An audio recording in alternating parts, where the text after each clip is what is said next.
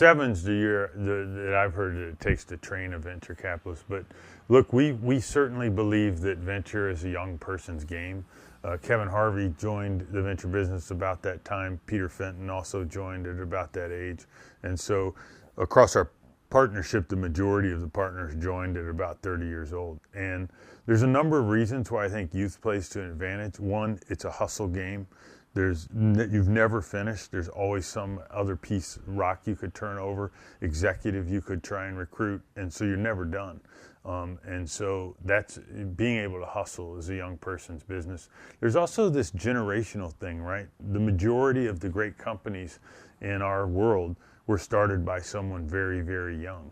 And not in all cases, but in a lot of cases, being somewhat close to that generation, sharing similar likes, and being empathetic and understanding of the product offering, which may have a generational component as well, it's important, right? It's important to the game. And so I tie that in with what you said, where it takes 7 years to train somebody. You wouldn't want to start at 55, training someone for a new career.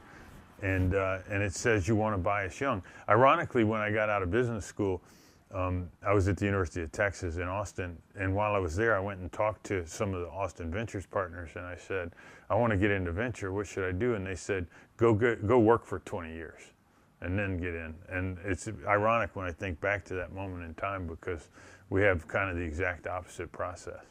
The biggest takeaway after 13 years.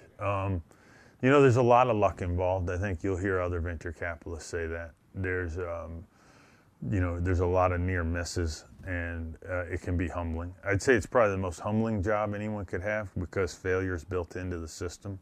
You have to really be passionate about working with startups. So you have to show a ton of enthusiasm. You have to be an optimist. Pessimist is no place for venture, because so many of these things will sail close to death and then rise up again, and you won't be there for those opportunities. You got to be very comfortable in sales. I think that's the one thing that's probably not talked about much.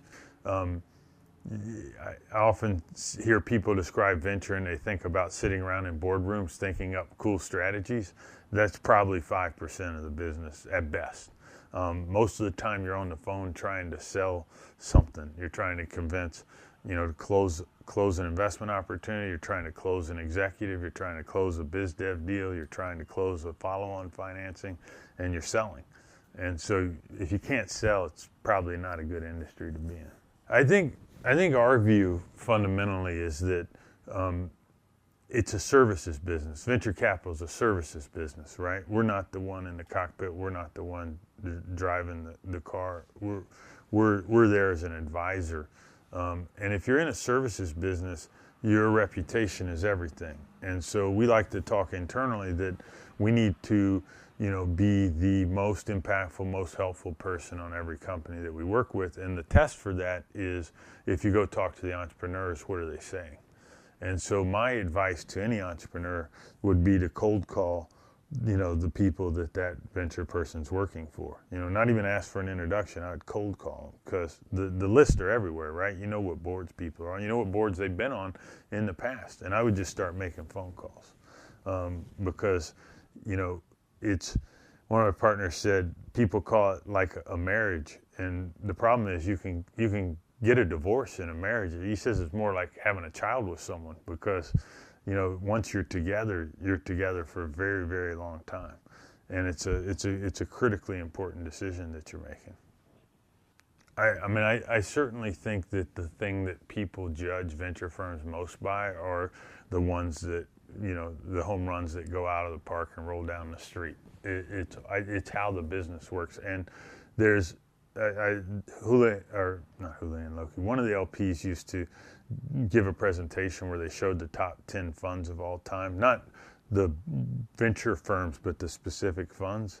And then they took the top performer out of those funds, and they all fell out of the top 10, or maybe one of them stayed. So it's a not even a home run business, it's a grand slam business. And I think, we're always looking for those kind of things. And it does carry a lot of weight. It does take you a long way.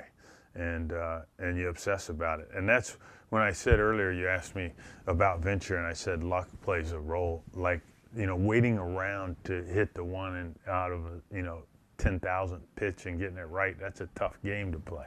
And it's really easy to miss. And a lot of the ones that become those breakout players break any rule set you may have created, right? And so there's this, you asked about me being analytical and writing things down, but ironically, you got to constantly challenge yourself as to which of these rules am I going to break so that I won't miss the next one. Like which of these rules we've held as truths are going to fall away and where the new truth's going to be. And it's an odd game. It's why having a strong, broad partnership, and we like to think with our model and the Eagle partnership, it's the best fit to get that much.